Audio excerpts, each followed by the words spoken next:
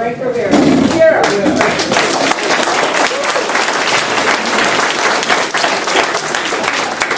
First of all, I want to thank each and every one of you for your support and for being out here. I know it's tough, it's different places, and I'm grateful to see your faces and support. I really am. I want to just acknowledge a few people that are in this crowd. Sitting right here, stand up for a second, please. This is Andre Ross. This is an individual.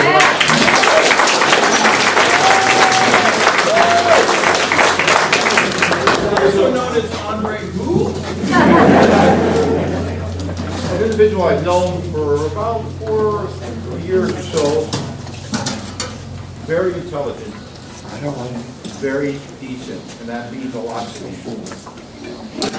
And with the courage and the guts to challenge the current DA for the position.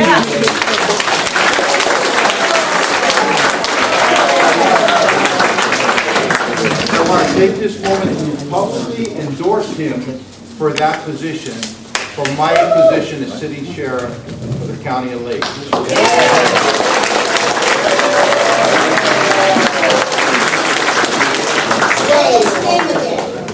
Andre Ross.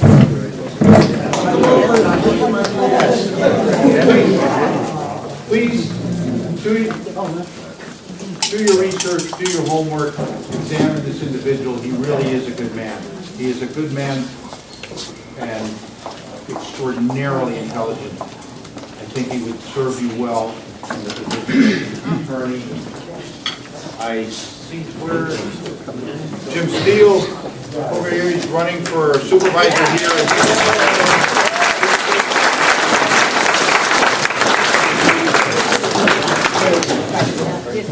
You can, I'm going to let you introduce yourself. Come on over here. Jerry Spittler, running for District 2 Supervisor.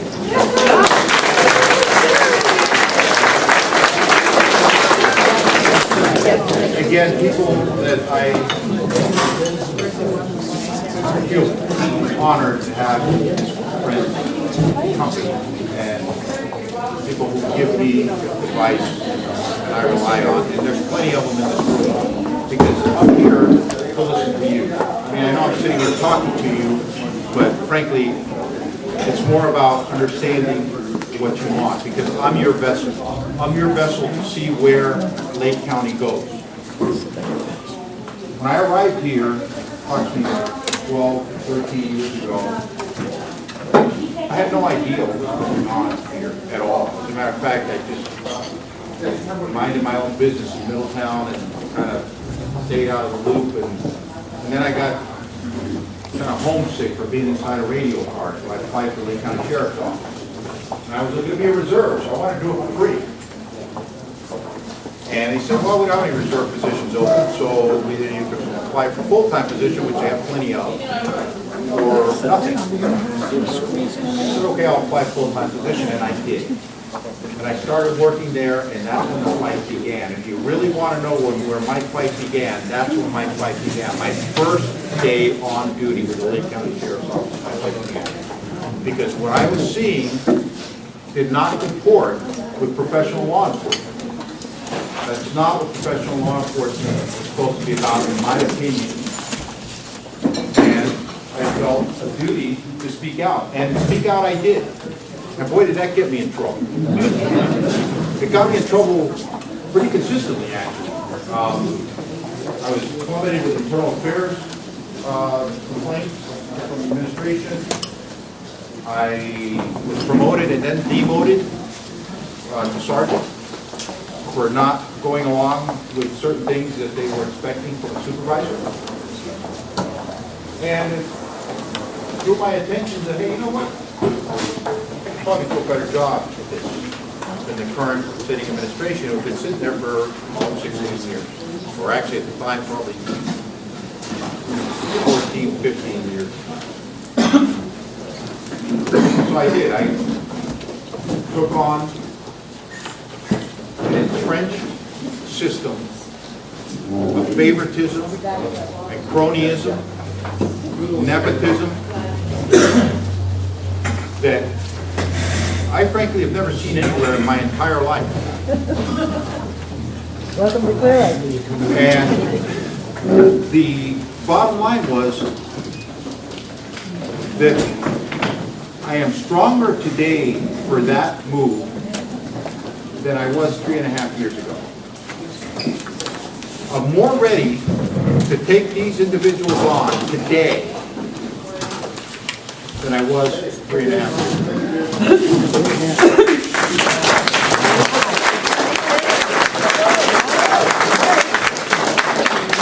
Now, look around That's what I this was room. telling Elizabeth. And again, I'm humbled. I see this, and frankly, when I said, and I meant this, that I would do 1 or 2 terms maximum. Okay, I do not believe in career politicians.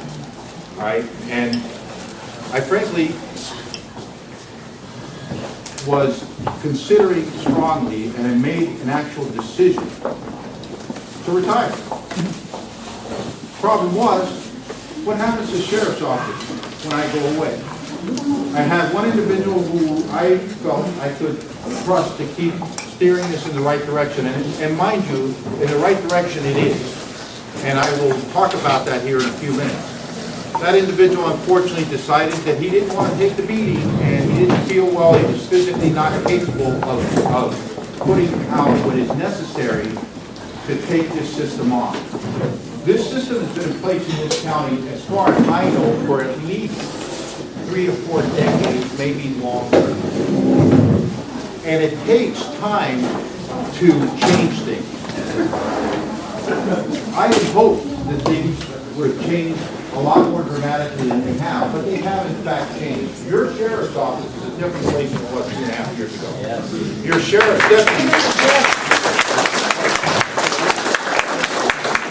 sheriff's deputies are different people than they were 3.5 years ago. And I mean literally and figuratively also, because there are plenty that stayed on. There are people that stayed on through the changes, and believe you me, there were changes, and some of them weren't met very kindly. But they understood that we were going to do things differently. And it was my leadership that you folks decided that I was the right guy to bring leadership to this operation, and that I was going to institute what you, the public, want. Some of them accepted it, and they're doing a fantastic job for you, and some of them didn't, and they hit the road. And I was fine with either way. And then we have recruited some really fine individuals. You see a lot of young officers out there, you see them patrolling, and you see the constant arrests and the work that we've done with the narcotics, and the work that we've done despite us AB 109, where they've released 10,000 prisoners, hardened prisoners, out of state prison into the state of California to come visit you. Okay, these individuals that belong in state prison have been relocated back into their quote-unquote communities. It's not their communities, it's our communities, and we're going to maintain our community.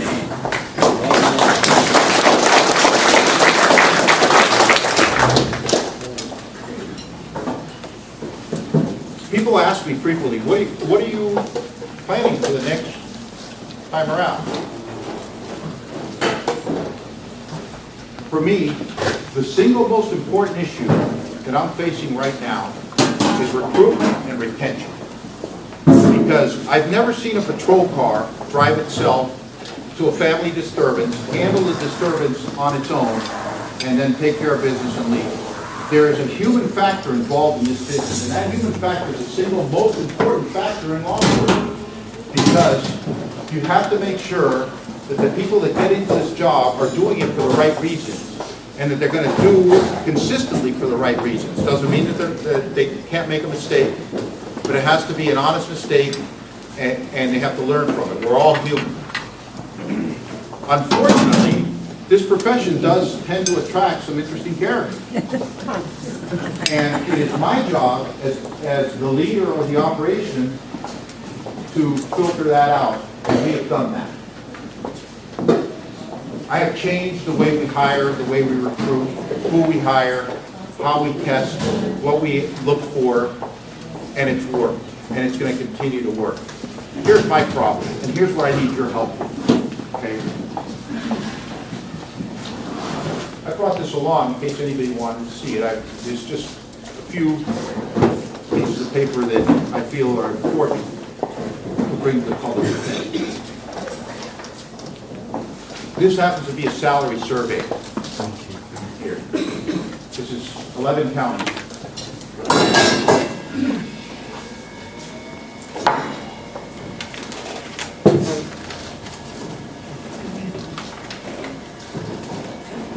For deputies, Deputy 2 position, this is a trained law enforcement officer. Now, to train a law enforcement officer, it's generally accepted in my business that it takes about 5 years on the road, on the street, with handling calls before you're a veteran law enforcement officer.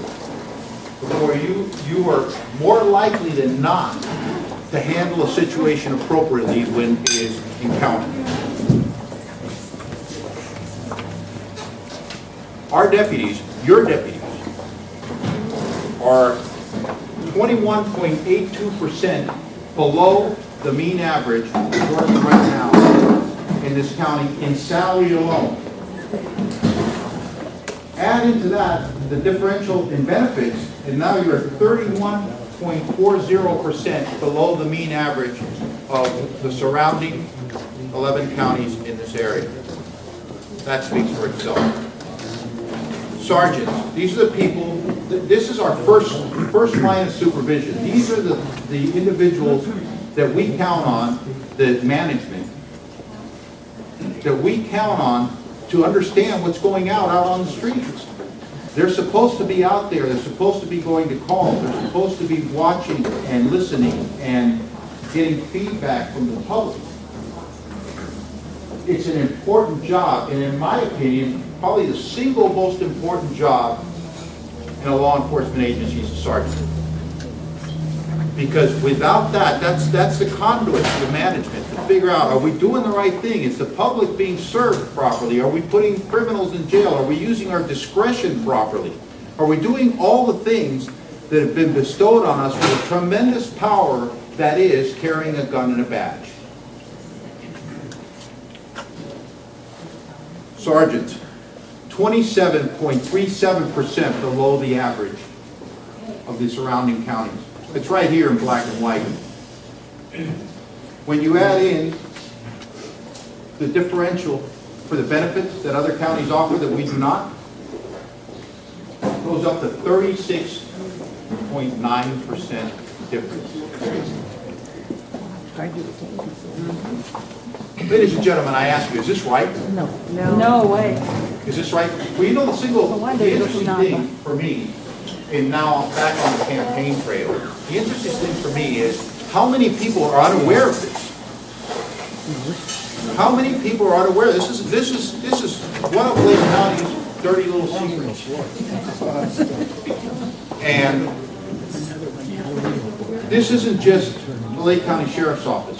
Believe it or not, this county has had the unmitigated goal to maintain a moratorium on cost of living increases on each and every one of their employees for the last 7 years.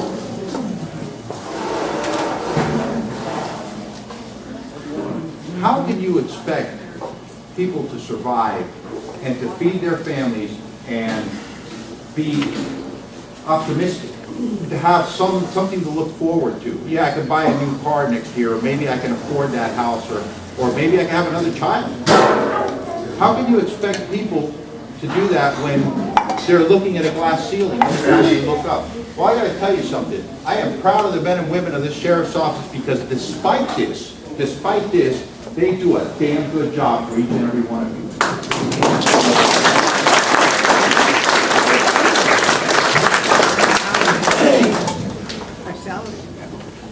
So who decides that? Who decides what they make?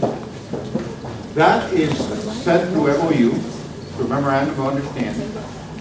There is negotiations which, in my opinion, are consistently, at least the 3.5 years that I've been sheriff, all done in bad faith by the county. They say, we don't have any money. We don't have any money to pay our human resources.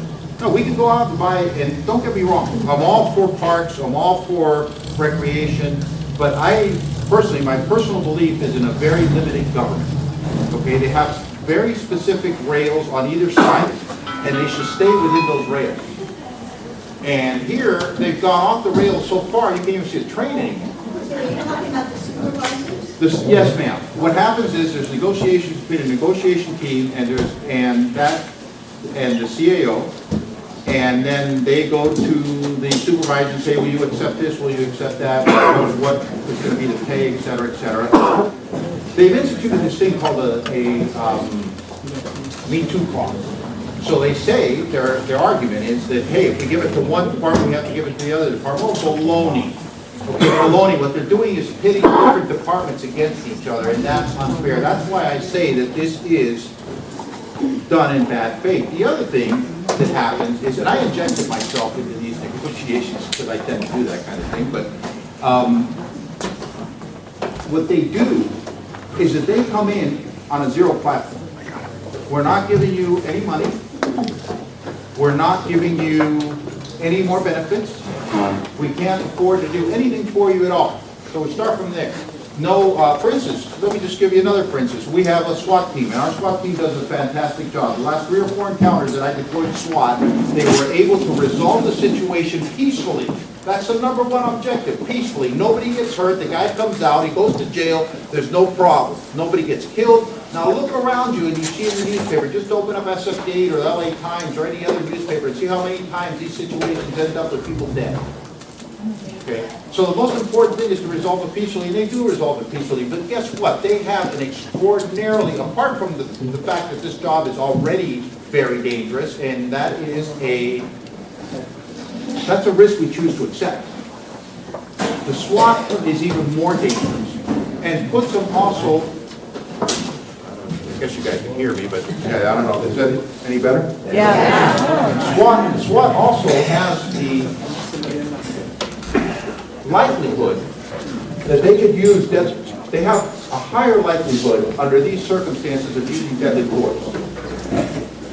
So how does that affect a peace officer once they have used deadly force? Well, I can tell you, if you read the studies, it's not good. Not good at all. All right? It stays with them for a long time. It's harmful for their mental health. It's harmful for their families. They tend to go into alcohol. They tend to go into depression. And many times they tend to go into suicide. Thank you. Yes. Okay? Because it's a hard toll. You know what you pay your SWAT officers for being SWAT officers here in Lake County? Nothing. Nothing. Nothing. Most law enforcement agencies have what's known as hazard pay. So when I work for SFPD, if you're riding a motorcycle, you get 10% differential for hazard pay because you're on a motorcycle. Fair enough. That was part of the MOU.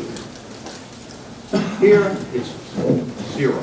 I've been pushing for that, and they consistently say no. With many other things. Every one of the things that I've seen the Deputy Sheriff's Association and the Correctional Officers Association bring to the county, to the table, has been reasonable. And every time they've been completely shut down. Let me say this. When I took office, I was told we have a deficit. And I said, okay, well, I'm going to chip in. So I looked and I said, what's my percentage that I have to chip into this deficit? Because generally speaking, the entire budget's about $200 million. My budget's $20 million. I figured I'm going to chip in $1 million. Okay? So I broke out the budget. I started looking around. I started reducing costs and cutting the fat out of the budget. And guess what I did? I returned $1,017,000 to this county's general fund in my first year in office. That's what I did.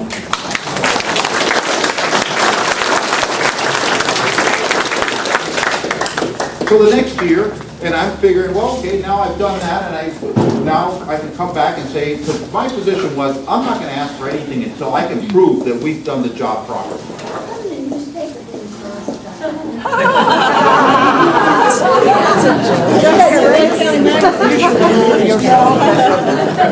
You can always write them and ask them, see if they'll print it. So the following year, I decide, and I asked them, I said, you're going to give them a raise? They said, no, we're not. So I decide, you know what, I'm going to look within my own budget. So not the general fund, within my own budget, and I'm going to set aside some money, and I'm going to give every person in my office a 2.5% raise. That's what I want to do. I know it's a pittance, but it's something, right? It's better than nothing. Yeah. It's a pittance. So first, I do the math. $355,000, a 2.5% raise for every person in my office. That includes civilian staff, it includes the coroner, everybody, the corrections, the deputies, everyone gets a raise. I identified $355,000 and I go to the CAO and I said, listen, I've identified $355,000 out of my own budget to give a 2.5% raise to every person in the sheriff's office. I'd like to do that. The answer is no. Just that simple, no. I need your help. So, first and foremost, we need to recruit the best that we can. That's so imperative. I mean, that's number one. The way I look at it, if I'm going to hire somebody, if I were to call 911, or anybody in my family were to call 911, and I don't want that individual on my doorstep, they're not getting hired. They're just not getting hired. That's my standard. Call 911, they're okay at my doorstep, then they're okay to work for you too. I need your help. I need you to contact the Board of Supervisors. I need you to express your concerns about what's going on here, and not just for the sheriff's office, but take the glass ceiling off of all of the county employees, for God's sakes. Okay, if you have money to repair the college down the street here, if you have money to buy a mountain that you can't even access, if you have money to do all these other things, why can't you take care of your human resources? Those are number one, for God's sake. That's right, that's right.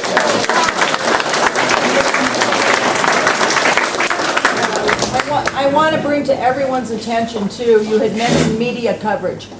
The Record Bee is not here. Lake County News, our online newspaper, Elizabeth Larson, John Jensen are not here.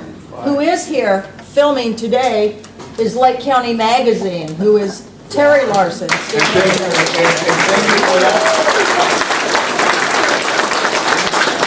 I'm not getting into the issue anymore. I've given you some of the statistics here. These are salary surveys. They don't lie. These are numbers. They are what they are on their face. And thank you for being here, by the way, Terry. I appreciate it. But frankly, I don't care if the Lake County News is here, and I don't care if the Record Bee is here either. Because I've seen what they do to stories. I've seen how they twisted stories and what they do. And frankly,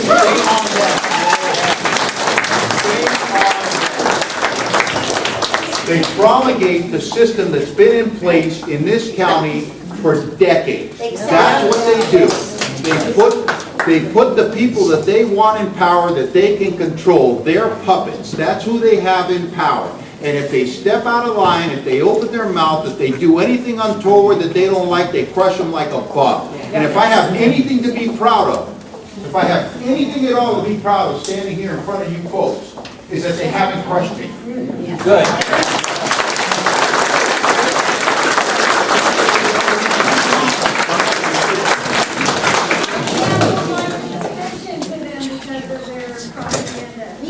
Well, thank you.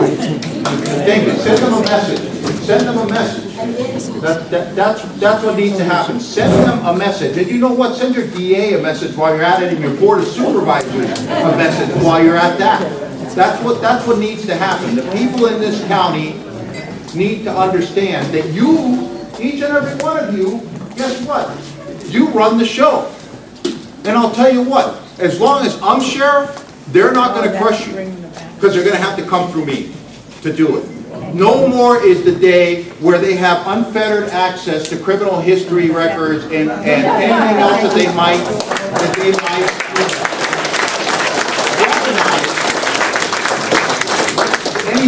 might weaponize against you. And I'm talking about rims. All the stuff that this guy can't get along with anybody. Well, guess what? Okay, I get along with plenty of people. They're all sitting in this room, and plenty more that go to other events, and plenty more that I meet out on the street. I get along with people just fine. What I don't get along with is people who abuse other people. It's inherent. It goes against my grain, and it's inherent in me to stop it. That's what my job is in law enforcement, to protect the people that need protecting. That's what I was sworn to do. That's what I was hired to do. That's what I'm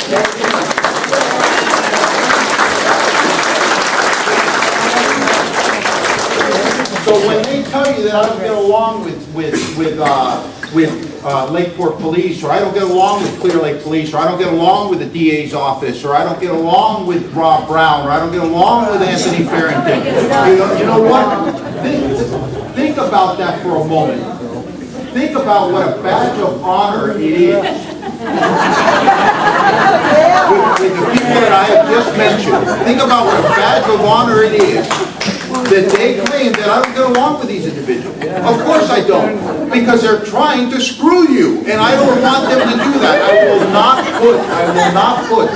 I will not put any politician, any bureaucrat, any organization in front of you. I will not do it. I refuse. End of story.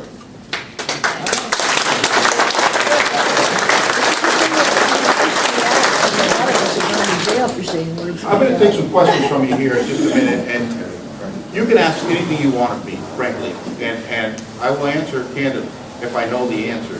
And if not, I'll get you the answer and I'll call you, because you know what, I do call people back. There's people in this room, everybody in this room should have my personal cell phone number.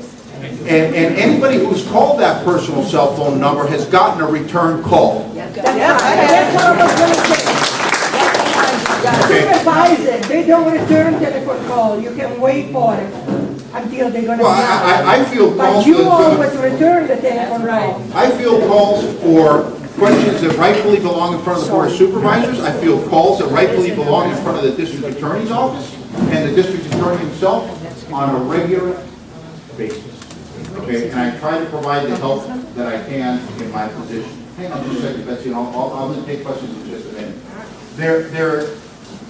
There are so many lies and so many allegations that are laying out there against me that it's astonishing any of you are sitting here, because I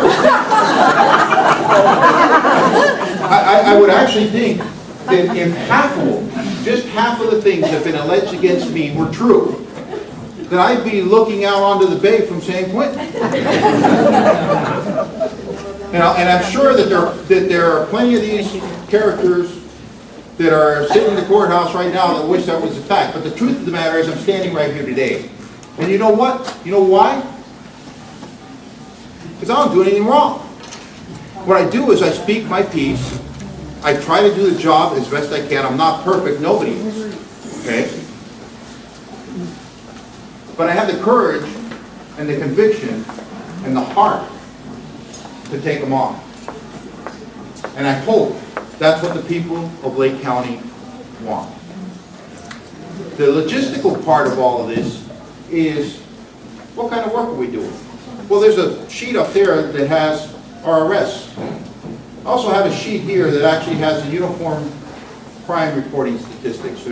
And despite what other candidates are trying to say, and frankly, I guess you could say there's some truth to it. There'll be a press release coming out shortly on this, but the previous administration had set up a system to report crime on our website that's flawed. Now, the investigation that I'm conducting right now is whether it was it flawed on purpose to get grants or other reasons, or was it just flawed out of stupidity? And I'm not sure about the answer to that just yet, but I'm working on it. The bottom line is, if you look at these reports, and I'll be done here in just a minute, but just I want to bring this to your attention because there's been great fodder made of this.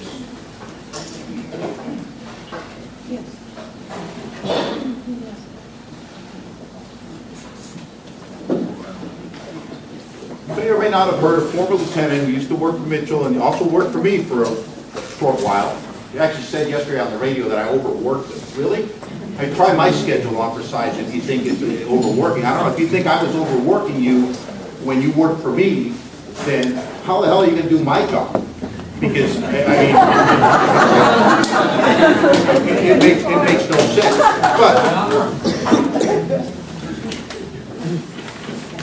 But these are type 1 crimes. Let me explain to you what type 1 crimes are. These are violent crimes. These include homicide, forcible rape, robberies, assaults, burglaries, and motor vehicle thefts. Okay, that's type 1 crimes. These are straight from the Department of Justice. I had them double checked when I ran across, when the opponents started making these claims that violent crime was up 44%. I was like, really? I heard that on the radio. I was really? Because I look at this stuff. I'm there every day. I'm looking at the computer. If it was up 44%, I think it would have caught my attention. 2010, the total, 1,648 of these in 2010 before I took office. Now, in a year, correct. Resolution, which is also on this piece of sheet, or this sheet of paper, 870 arrests from that. Now let's flip to 2011, my first year in office. Now this is pre-AB 109, where they started releasing, in any event, in October 11, these prisoners from state prison, and the whole realignment and the filling up the jail here locally and all this other business. So, 1,648 in 2010, here's 2011, 1,562. But here's the kicker, 924 arrests. So not only have the type 1 crimes gone down from 10 to 11, but the arrests went way up. How's that striking? But they're criticizing me, oh yeah, violent crime's out of control. Well, really? Okay, well, let's move on. So now we have AB 109 in place. And by the way, before I took office, I went to a meeting of the sheriffs. I was a brand new guy, the green guy on the block, and had no experience or anything. And they put out this idea, hey, the governor's thinking of, moving all the state prisoners into the local jails and releasing a whole bunch of people. I said, really? That sounds terrible to me. I was the only one. It was like, no, we get all this money, and we're going to get all this AB 109 money, and we're going to get to do this, and we'll have special this and special that, and we're going to do this and that. And you know what? It's 60 cents on the dollar about right now what they're paying us for what it used to cost them to keep a state prisoner in state prison. Of course. So in 2012, 1670. So it's back right around below, but right around where it was in 2010. But now you've got all these prisoners that are flooding the gates. 919 arrests. 2012. Let's go to 13. 1,625. A decent drop. I mean, it's not. There's nothing in this business works in 40% increase. When I heard that on the radio, I was like, man, I knew before I even bothered looking that was a mistake. And oddly enough, the same individual who was quoting that 40% increase was in charge of the system that Mitchell had put in place for reporting crime to you on the website. It was my oversight for not looking at that system until, thank you, he brought it to my attention. Nonetheless, these are the types of frauds that are being committed and that were being committed on you, the public. And they need to stop. And they need to stop now. This is the last year, 2013. 1,625 type 1 crimes. 959 arrests.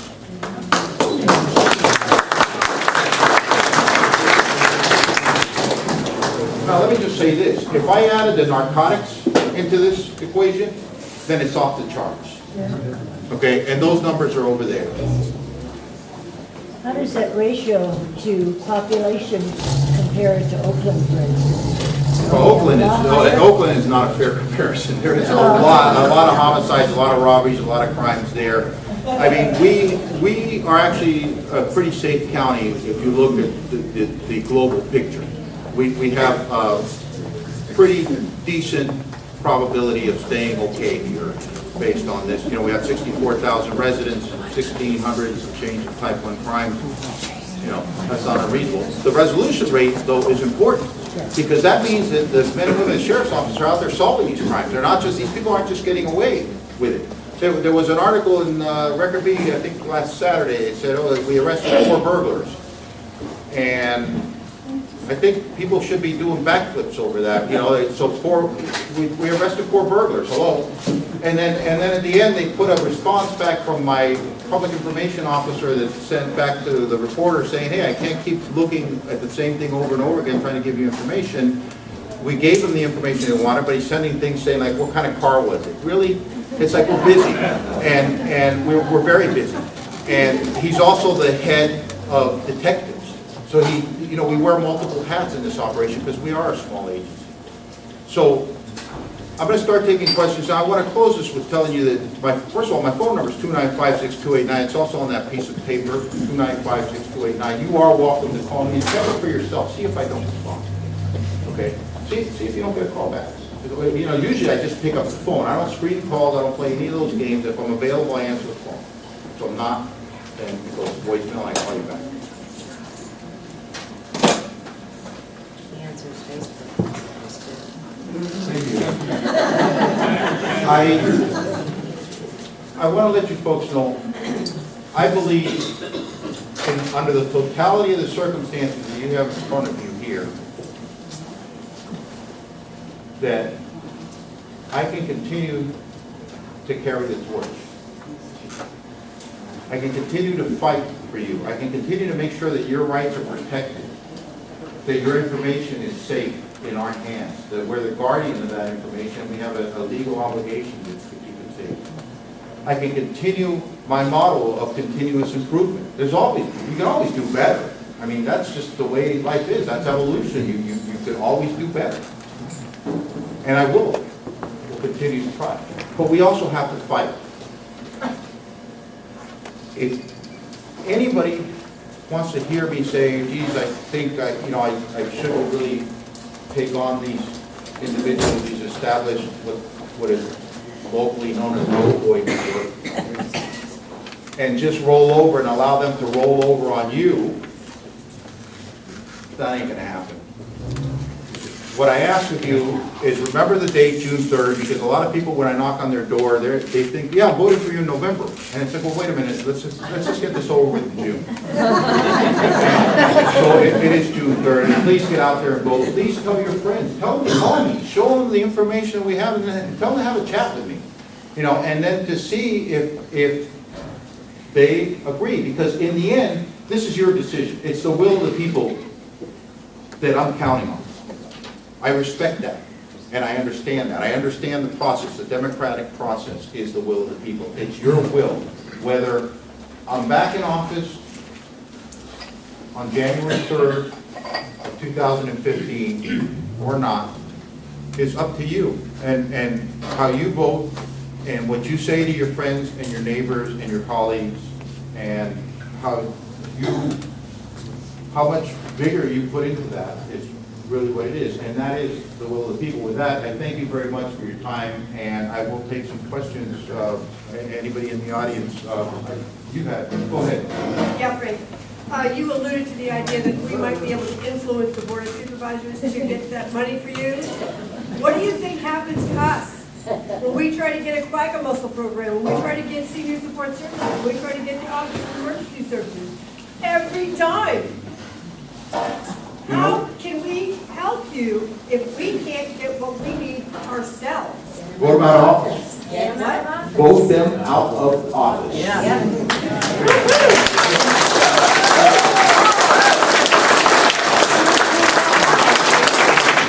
Get rid of them. Right! So, let me get this straight. June 3rd, 2014 is the date we get to vote you into office on June 3rd, 2015. No, January. January 3rd, that's correct. June 3rd, that's a big day. And there's some other things on the agenda that, on the ballot that should catch your attention. Yeah. Go ahead, and I'll be right with you, man. In reference to recruitment for deputies, now you have some coming from the academy and everything else, but they don't seem like they're sticking around. Is there any way of having them sign a contract for X number of years or months or whatever? No, that's not legal. But the truth is, they are sticking around. The vast majority of them are sticking around. The ones that have been hired, and even the ones that I inherited from the old regimes that have turned around. I mean, I have to be honest about it. They have to, they're doing their job. They're doing a good job, and we're not seeing the turnstile that we had before. And that turnstile is expensive for you and everybody in this room, because every time that we have to train a new officer, and then just their experience when they're handling calls for you. I mean, there's a myriad of different reasons why you want to retain good people. When you got a good guy, that's a valuable, or a woman, it's a really valuable asset. A really, really valuable asset that we cannot afford to lose. And I'm not asking you to go and say, let's gold plate their retirements, or let's gold plate their salaries. No, I'm not asking any of that. What I'm saying is, let's give them some equity. Let's be decent about it. Let's be human about it, and realize what their needs are, and be in par. If we want professional law enforcement, we have to pay for it. Hang on one second. Let me just take this lady out of here. Go ahead, ma'am. As you know, the citizen grand jury are the fourth division of the government. And what we need to know is what we, the people of Lake County, can do to help you. We need your help. So I need to know, if we form a citizens grand jury, will you arrest the people we indict? Will you allow us an office, and will you allow us to have power that we deserve under the Constitution of the United States?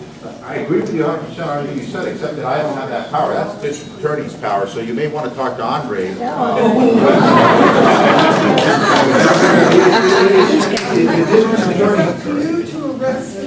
That's correct, but we arrest, the indictment comes, well, first of all, the grand jury has to be impaneled, and the district attorney has the authority to impanel the grand jury. In this county, historically, it's been used as a civil grand jury, so it's for oversight on things like the jail and other civil issues. Many other places use criminal grand juries, and that's what you're talking about, where you go in and you present, and it's frankly a bit of a star chamber process, because the defendant is not allowed to have a lawyer in that proceeding, and the prosecution is allowed to present their best case, and then the indictment happens. Once the indictment is handed down, yes, you bring me an indictment and I will gladly go look for the individual and put them in jail. There's no question about that. But that process that you're describing there, which is a very powerful tool, under many different circumstances, it's been either not utilized or underutilized in this county, and I'm not sure what the reason is. Well, it's common law, and what we're acting under right now is maritime law. And in order to get rid of those corrupt politicians and the corrupt workers in the city and county, is for the citizens to form a citizens grand jury, common law, and have investigations, and if we find the people guilty, we need to be backed by our sheriff, who will go and arrest the people we indict. I agree with you, and let me just say this, you triggered something in my head that's really important. From my perspective, the single most important thing that the district attorney's office needs in this county is a public corruptions unit. Thank you. That's the single most important thing that the district attorney's office needs in this county is the public corruptions unit. And good luck on getting Don Anderson to put one of those. Well, again, the DA has to be involved in this process, so it requires the DA's involvement, ma'am. I mean, that's just the way the law works. If the DA does not, that's why we don't have a criminal grand jury, or at least. No, we don't have it because they don't want the people to have it, so that they can operate the way they're operating now. And we, the people of the United States have forgotten our Constitution. Yes. And all we need to do is gather together and form a citizens grand jury. And in New York, this week, the city of New York refused to allow the citizens to have a citizens grand jury. So they had a court on Monday, and 6 federal judges are being arrested this week in New York. And the citizens grand jury of New York have got an office building where they can hold their court cases and investigations. I'm not familiar with that, but I can tell you this. We do need to put the reins, and if not stop it altogether, it's difficult, because once you're in public office, you can do a lot of good and a lot of harm. But we do need a public corruptions unit in the district attorney's office. I would be ecstatic to assign top-notch investigators to that unit so that we can root out the corruption that's going on. Go ahead, sir. I'm Les Miller. I'm the new chairman of the Scotts Valley Band of Homo Indians. We're in a dispute with 2 councils right as we speak.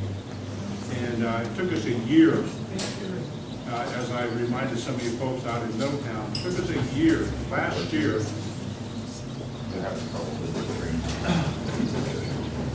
Last year, we had a meeting at Lakeport Park for our tribe. And we had 1/3 of our membership, which is part of our constitution, vote the new tribal council in, because the other council was not even paying attention. It sounds just like what's going on here. And this law is beginning to sound like Indian law. There is no law. So I just hearing you talk about what's going on locally, we experienced that. We thought, okay, we won the election, we're going to go to the paper and put out a press release. No. We gave them tons of paperwork, record B, tons of paperwork. Lake County News, tons of paperwork. We got a little article like that. Maybe some of you saw it last May. It was a little bit bigger than yours, Frank, at your county paper. I think we had you by 2 lines. But this is really going on here, and it's despicable. It's despicable to see a newspaper conduct themselves like that. Yes. And have, I'm not going to get into the other problem. I never said I was going to do that. But, anyway, there's a parallel going on there. And vote for this man.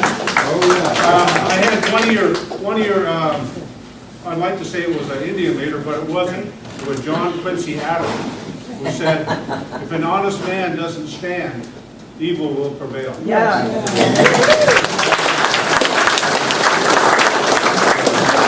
It's easy in this day and age to lose sight of things. It really is. You see the talk of, this senator arrested, this Yee fellow arrested, said 6-year investigation by the FBI. He's involved. He's saying he's, wants gun control, but he's running guns. He said, it's really the epitome of hypocrisy and the epitome of corruption, frankly. So when you look at it from a global perspective, it could be a little daunting. But please understand this, that everything begins locally. Let's clean up our own backyard first. And then we can worry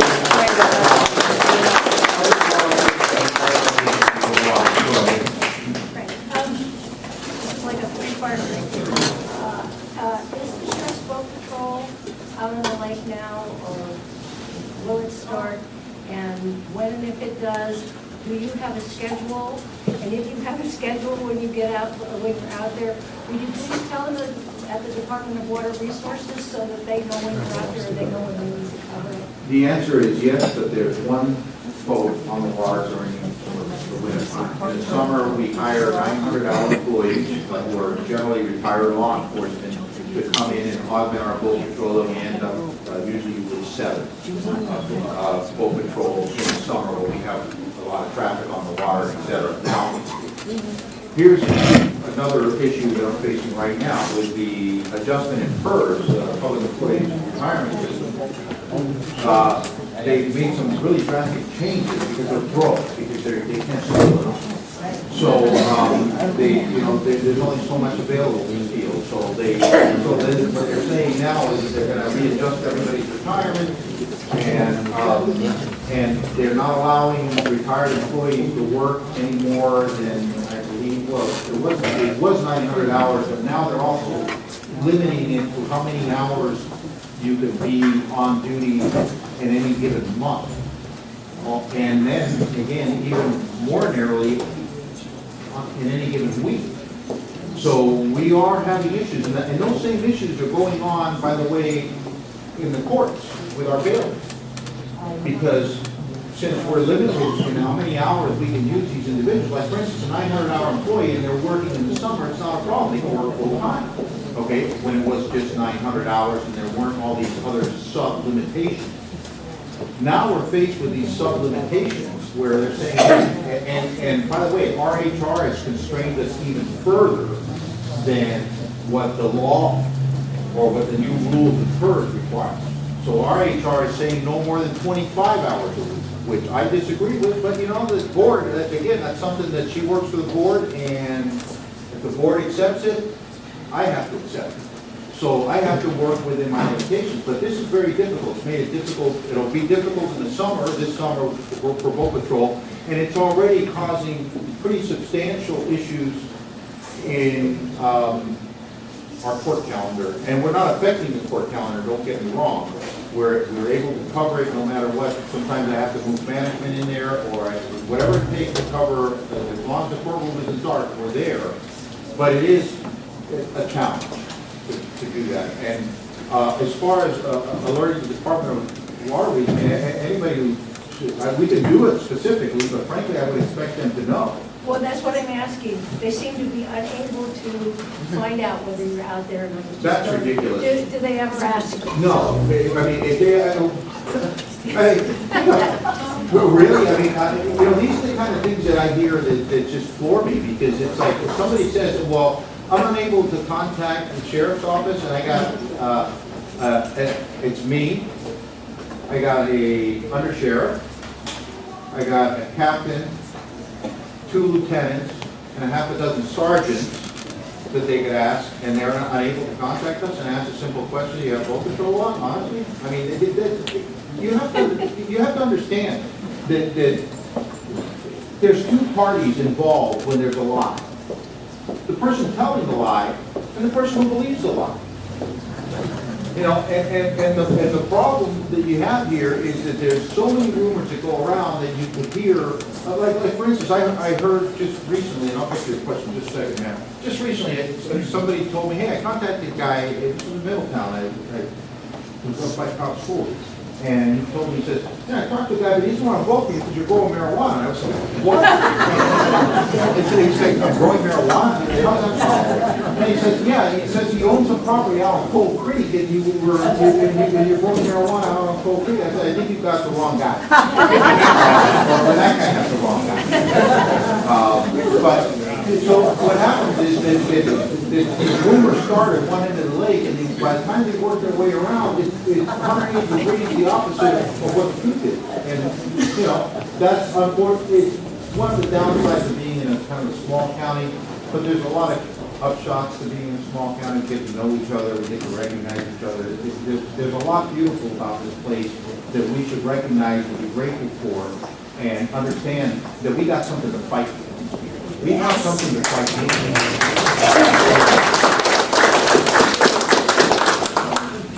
Hey, Frank?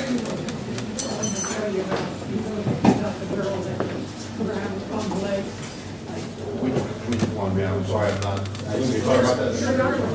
Well, All of the guys went free. Talking about Land Ford? Talk about Rutherford. oh, you mean the one that, Well, ma'am, again, that was under the two-tier system of justice. We got rid of that sheriff, we got rid of that DA. I also heard yesterday on the radio, one of the sheriff's candidates talking about what would he do different, and his answer was, I would give him breathalyzer. It's like, what? It's like, so you're gonna stop all the inside games and the protection and allowing him to oversee the investigators and allowing him access to rings and allowing all these different things that occurred there that ended up in the travesty that was that Ms. Martini's trial, because they yanked the right guy out of the defendant's chair and put somebody else in place.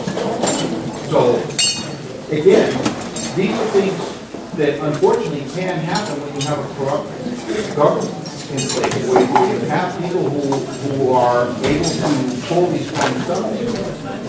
And then you got protection. If I want to say, I didn't see that, and when it happened right in front of me, or I want to allow certain ways of investigating things that isn't the norm, that's the kind of things that occur, and it's a shame, man, because a woman lost her life there, and that shouldn't have happened. And it was driven by sheer ego and hubris. Because this individual who was in that ego, because of his position as chief deputy, the equivalent of under sheriff, he thought that he was above the law. That's the truth. If he had any compunction and he had any understanding of what was above the law, he would be doing that. Well, maybe he would anyway, but at least he could pay the price for it. He would have a better understanding of what can happen. Go ahead, Joe. Hi, Frank, I'd like to know about the EEOC complaints that you and others filed when you started to run for office and what happened to them. And when we can learn about what an EEOC is complaint. Equal Employment Opportunity Commission And complaint. you filed complaints? I did, and so did, and I can't talk about the other ones. I dropped mine because I didn't need it anymore. I took over and I told them, I called them up, I said, you know what, I'm gonna fix this myself. Thank you very much, appreciate it. I'm now in charge of the place, When do we know what happened to the others? You won't, because those dispositions are private. That's not something that's publicly released, so it will not. Go ahead, sir. At the beginning, you spoke of the difficulties of the overcrowding of state prisons and the Assembly bill that said that we need to let criminals out of jail and to go back into local control and local jails. And as we've all heard, it's extremely complicated, and a lot of the comment about it has been that our trying to do good for ourselves and coming to the 3 strikes laws has been maybe the primary cause of the jails and for the state getting so overcrowded. And what I wanted to ask you is, how do you find that the people of Lake County feel about these kinds of arrests that are not major crimes that are harmful to other people, and that you can collect 3 strikes without burglary or murder or rape or grand theft and all that? And not only how do the constituents feel, but how do you feel that that relates to trying to keep a balance? It's a very, very difficult question. It is, and the 3 strikes was put in place to take inveterate criminals off the streets. Right. Okay. Unfortunately, like many things that happen, like for instance the 215, the medical marijuana, and the Patent and Care Act, it's not totally thought through to the end. And sometimes you just can't think things through all the way to the end. Things happen. There are circumstances that are not predictable. I believe that, sending somebody on a 3rd strike for shoplifting some bubble gum is absurd. That's my own personal feeling, and you are clogging up a system. But you said something before that caught my ear that I want to clarify. AB 109 was not the product of the 3 strikes by any stretch of the imagination. Okay? AB 109 was the product of 2 things. Number 1 was a consent decree by the federal government saying that the overcrowding in the state prison was not going to be tolerated any longer, and putting some inordinately draconian, like 25 grand a day fines for overcrowding in all these state prisons. Okay? They had to deal with that. They couldn't afford it. It was breaking the back of the state of California paying, and also being involved in litigation with the federal government and with the prisons. The other side of that coin, which is less spoken about, is the Correctional Officers Union. They have gotten very, very, very powerful. And as a matter of fact, they were one of the biggest lobbying groups in the state of California. And they needed to address that. Because of their power, there have been increases in pay that were beyond what was reasonable for the job that was being done. There were increases in numbers of employees working in the state prison. So they killed two birds with one stone here, essentially. But the idea, and I know it's been floated, and I've heard it before, that this was the product of the three strikes. Three strikes has been problematic and should be looked at. I don't think it's a bad idea where somebody is committing multiple felonies back to back. And in other words, every time they get released from prison, they're right back in the saddle. That these individuals end up in prison for the rest of their life. I actually agree with that 100%, but you have to use some diligence in figuring out how you're going to implement that. I think the bigger problem that we have here in this county are the plea bargains. And the fact that people can plea bargain their way, or pay to play, or whatever you want to call it, plea bargain their way out of justice. And that's a huge problem in this county. There are individuals who are arrested, and I could name several examples that I have on the radio. If you ever listen to my radio show, or one of them was Justin Lazar, who I believe got a pass because of his connections through Don Anderson. It's my opinion. I stand by it, and I'll continue to stand by it. He was arrested for indecent exposure, masturbating in front of a 9-year-old girl at Library Park. And they drug the case off, drug it, and as they say, let the case grow a beard. That's, if you're a defendant, you're guilty, the last thing you want is to show up at a jury trial. So, Don Anderson takes office, and he removes the case from Ed Borg, who is the prosecutor, sex crimes prosecutor, because my understanding, now I don't have this first-hand information, but I've heard it from enough people that I believe it to be true. There is a prosecutor in this room also, but Ed Borg did not want to go with this plea bargain, which essentially allowed this individual, who not only had committed that crime, but had committed another crime in another state, very similar crime, and also had done the same thing when we took him to jail, or when he was taken to jail, to basically get off without any sex registration, with a fine that was, ironically, and this is, I'm not making this up, okay? He had to buy a play set for Library Park. I mean, you can't make those things up. I mean, right? It's just impossible. It would never occur to anyone. So, and it was, he happened to just coincidentally have an attorney who happens to be Mr. Anderson's, #1 campaign guy. So he gets this deal and he slides. And then I went through the roof, and that was my first beef with Don Anderson, by the way. I called him up, I said, this is unconscionable.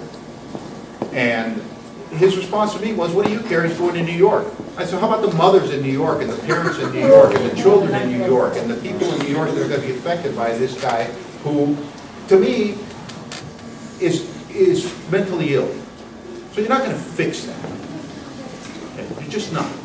There's more to that story. You could look it up yourself. But there's a two-tier system of justice in this county, and it's been way too long in place. It needs to be uprooted, and you need to have a thoughtful, decent individual in that chair, because that position is very powerful. It's really very powerful. Do you have a recommendation? Yeah, he's standing right over there.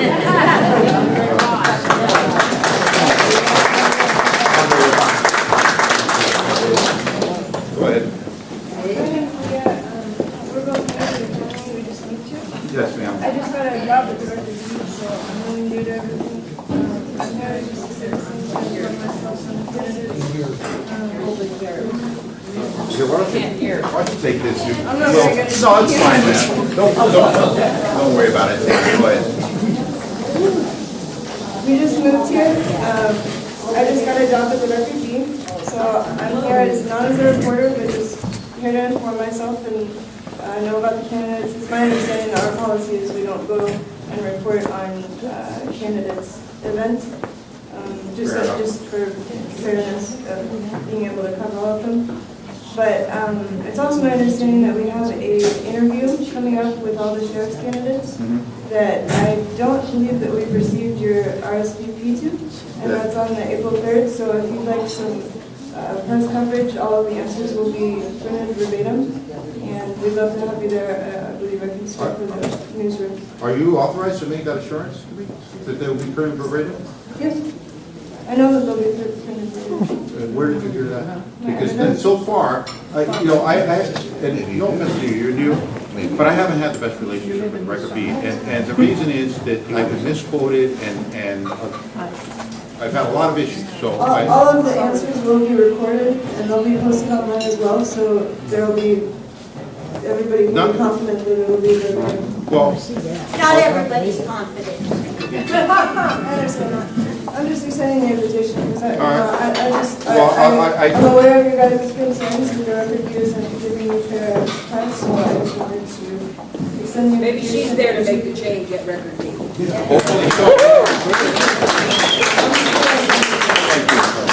I appreciate it, and my,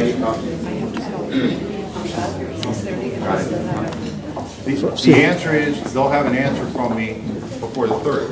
That's the answer.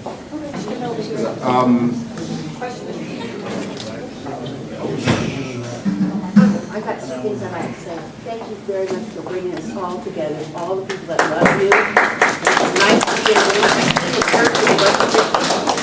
you. And I've got to say, coming from a Christian point of view, you're in spiritual warfare. Yes. Yes.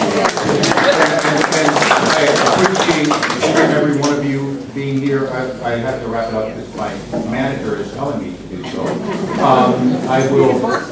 We had to play 6:30. We don't want to overstay our welcome here, but I appreciate your help and your support. 295-6289. If you want to speak to me, feel free to call me. Thank you very much, and God bless all of you.